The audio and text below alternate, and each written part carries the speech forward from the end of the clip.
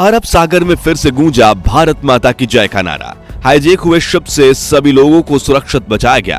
भारतीय नौसेना को देख 9/2/11 हुए समुद्री लुटेरे। पानी में मार्कोस कमांडो ने दिखाया अपना जलवा। जी हां दोस्तों, इस समय एक बहुत ही बड़ी खुशखबरी वाली न्यूज हमारे सामने निकल कर आ रही है। असल में अभी कुछ दिनों पहले समुद्री लुटेरों ने जिस पानी के जहाज को हाईजैक कर लिया था, भारतीय नौसेना ने उसको लुटेरों के चंगुल से छुड़ा लिया है। और अच्छी बात यह है कि इस ऑपरेशन में किसी की भी जान नहीं गई है। जहाज में सवार 15 भारतीयों समेत सभी 21 लोगों को सुरक्षित बाहर निकाल लिया गया है। अभी इस ऑपरेशन से जुड़ी एक वीडियो सामने आई है जिसमें जहाज पर बैठे भारतीय लोग भारत माता की जय का नारा लगाते हुए दिखाई दे रहे हैं और उन सभी के चेहरे पर मुस्कान है। ये वीडियो देखकर हर भारतीय का सीना गर्व से चौड़ा हो गया है, क्योंकि जिस इलाके में पूरी तरह से समुद्री लुटेरों का कब्जा है, वहां से हमारी भारतीय नौसेना इस जहाज को और इस पर सवार चालक दल को सुरक्षित निकालने में कामयाब हो गई है। पर सवाल ये उठता है कि भारतीय नौसेना ने इस ऑपरेशन को आखिर अंजाम कैसे दिया, किस तरह इन लोगों को बचाया गया और क्यों हमारी सेना को इस समय विश्व की सबसे मजबूत सेनाओं में शुमार किया जाता है। ये सब कुछ आज हम इस वीडियो में आपको बताने वाले हैं, इसलिए बिना स्किप किए इसे अंत तक जरूर देखिएगा। साथ ही अगर आप हमारे चैनल पे नए हैं तो ऐसे ही नॉलेजेबल वीडियोस के लिए सब्सक्राइब करना बिल्कुल भी ना भूलें। दोस्तों, कुछ दिनों पहले एमवी लीला नॉरफॉक नाम की एक मालवाहक जहाज ब्राजील से बहरीन के लिए निकला था। इस जहाज के ऊपर लाइबेरिया का झंडा लगा हुआ था, जिससे पता चलता था कि ये लाइबेरिया का जहाज है। इस जहाज में 21 लोगों का चालक दल सवार था और ये सभी बिना किसी फिक्र के अपने सफर पर आगे बढ़ रहे थे। लेकिन सोमालिया के पास से गुजरने के दौरान अचानक से कुछ हथियारबंद लोगों ने जहाज पर हमला बोल दिया। आप यकीन नहीं करेंगे, लेकिन ये हथियारबंद लोग कोई और नहीं बल्कि समुद्री लुटेरे थे। आप में से काफी सारे लोगों को यह बात सुनकर हैरानी हो रही होगी, क्योंकि बहुत से लोगों को लगता है कि समुद्री लुटेरे सिर्फ फिल्मों तक ही सीमित है और उनका रियल लाइफ से कोई लेना देना नहीं है। हालांकि ऐसा नहीं है। आज के जमाने में भी समुद्री लुटेरे मौजूद हैं और ये बड़े बड़े कार्गो शिप्स पर अपना निशाना बनाते हैं। खासतौर से सोमालिया और समुद्री क्षेत्र समुद्री लुटेरे के हमलों के लिए बहुत ज्यादा बदनाम है। यहाँ आने वाले शिप्स पर हमेशा लूट होने का खतरा बना रहता है, इसलिए ज्यादातर देशों के जहाज यहाँ से गुजरना अवॉइड ही करते हैं, क्योंकि ये लुटेरे बहुत ज्यादा खूंखार होते हैं। ये जहाज पर मौजूद सिर्फ माल को ही नहीं लूटते, बल्कि उस पर सवार चालक दल को भी मौत के घाट उतार देते हैं। वैसे जानकारी के लिए बता दें कि सोमालिया के अलावा इंडोनेशिया, नाइजीरिया, अदन की खाड़ी, भारत, लाल सागर और बांग्लादेश में भी समुद्री लुटेरे पाए जाते हैं।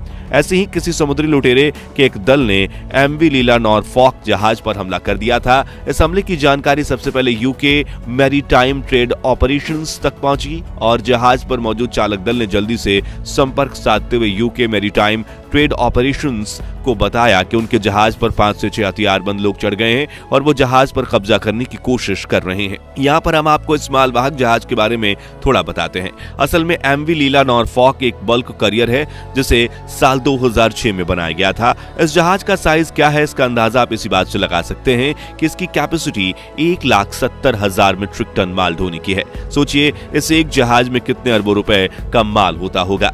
अगर ये जहाज लुटेरों के एक छोटे से ग्रुप के हाथ लग जाए तो वो मालामाल हो जाते हैं। यही कारण है कि इन लुटेरों की नजर हमेशा मालवाहक जहाजों पर रहती है।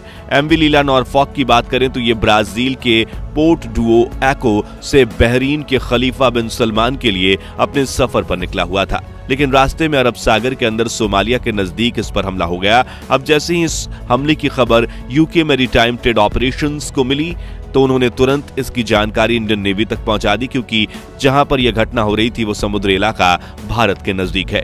यूं तो इस काम की जिम्मेदारी आसपास के किसी और भी देश को दी जा सकती थी, लेकिन इंटरनेशनल लेवल पे इंडियन नेवी की जो रेपुटेशन है उसको देखते हुए इस जहाज को बचाने का काम हमारी नेवी को ही सौंपा गया। साथ ही इस जहाज पर मौजूद 21 लोगों के चालक दल में से 15 लोग भारतीय थे, तो ऐसे में अपने देश के लोगों को बचाने के लिए हमारे सैनिक भला कैसे पीछे हट सकते थे। अब जैसे ही भारतीय नौसेना को इस जहाज के हाईजैक होने की खबर मिली, वैसे ही जंगी जहाज आईएनएस चेन्नई को यह मिशन खत्म करने का काम सौंप दिया गया। असल में जिस समय भारतीय नौसेना को एमवी लीला नॉरफॉक के हाईजैक होने की खबर मिली, तब आईएनएस चेन्नई एंटी पायरेसी गश्त पर तैनात इस जहाज से ज्यादा दूर नहीं था।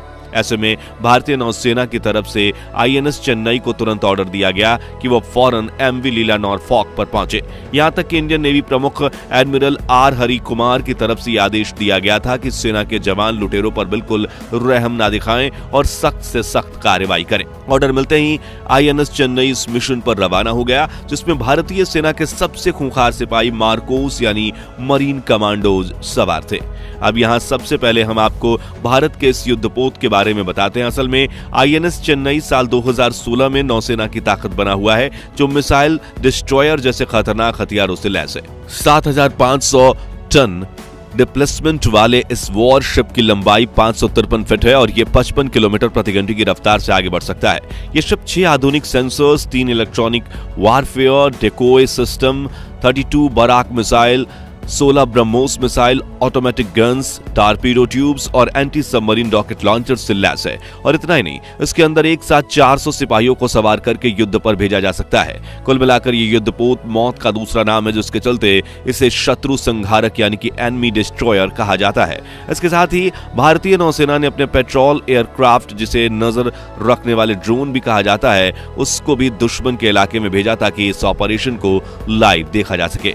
और इसी लाइव की तस्वीर आप इस समय अपनी स्क्रीन पर देख पा रहे हैं। तो INS चेन्नई बिना समय गवाए MV लीला नॉरफॉक के करीब पहुंचा और भारतीय नौसेना के सिपाहियों ने अपने जहाज से उतरकर लुटेरों के द्वारा हाईजैक किए हुए जहाज पर चढ़ना स्टार्ट किया। हमारे जाबाज सिपाहियों ने अपनी जान की परवाह किए बिना सबसे पहले इस जहाज के क्रू मेंबर को बाहर निकाला और उन सभी को सुरक्षित स्थान पर पहुंचाने के बाद उन्होंने जहाज पर लुटेरों की तलाश चालू की, क्योंकि हमारे सिपाहियों के जहाज पर चढ़ने के बाद किसी लुटेरे की तरफ से कोई हमला नहीं किया गया था और ना ही लुटेरे सामने आए थे। ऐसे में मार्कोस को लगा कि लुटेरे शायद जहाज में छुप गए होंगे और उन्हीं लुटेरों को ढूंढने के लिए पूरे जहाज को खंगाला किया। लेकिन कई घंटों के अभियान के बाद भी जहाज में कोई लुटेरा नजर नहीं आया, यानी मामला पूरी तरह से साफ था। भारतीय नौसेना के आने से पहले ही सभी लुटेरे जहाज छोड़कर भाग चुके थे। वैसे देखा जाए तो लुटेरों को बिना कोई नुकसान किए इस तरह भाग जाना इतना भी हैरानी की बात नहीं है, क्योंकि समुद्र में भारतीय नौसेना का दबदबा ही कुछ इस तरह का है कि उनके सामने अच्छे अच्छों की टांगे कांपने लगती हैं। एक तो INS चेन्नई जैसा खतरनाक युद्धपोत और उस पर भी मार्कोस की पूरी फौज, जिन्हें दुनिया के सबसे खूंखार कमांडोज में शुमार किया जाता है, उनके सामने भला 5 मामूली समुद्री लुटेरे कहां ही टिक सकते थे।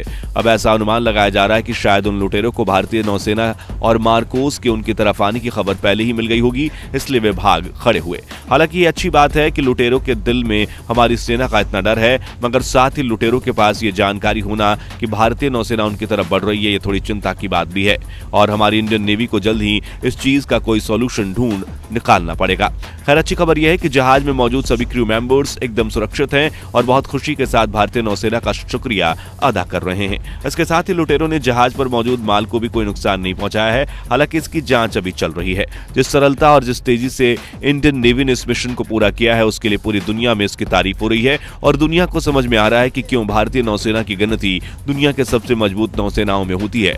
वैसे ये खबर मिलने के बाद आपको अपने देश की नौसेना पर गर्व महसूस हुआ या नहीं, कमेंट बॉक्स में जरूर बताएं। बाकी दोस्तों, हमारी आज की इस वीडियो में बस इतना ही था। वीडियो अच्छी लगी हो तो इसे लाइक और शेयर जरूर करना और अगर आप हमारे फेसबुक पेज पर नए हैं तो पेज को फॉलो भी जरूर करें। जल्दी ही ऐसी एक और इंटरेस्टिंग वीडियो के साथ मिलेंगे। तब तक के लिए गुड बाय, जय हिंद।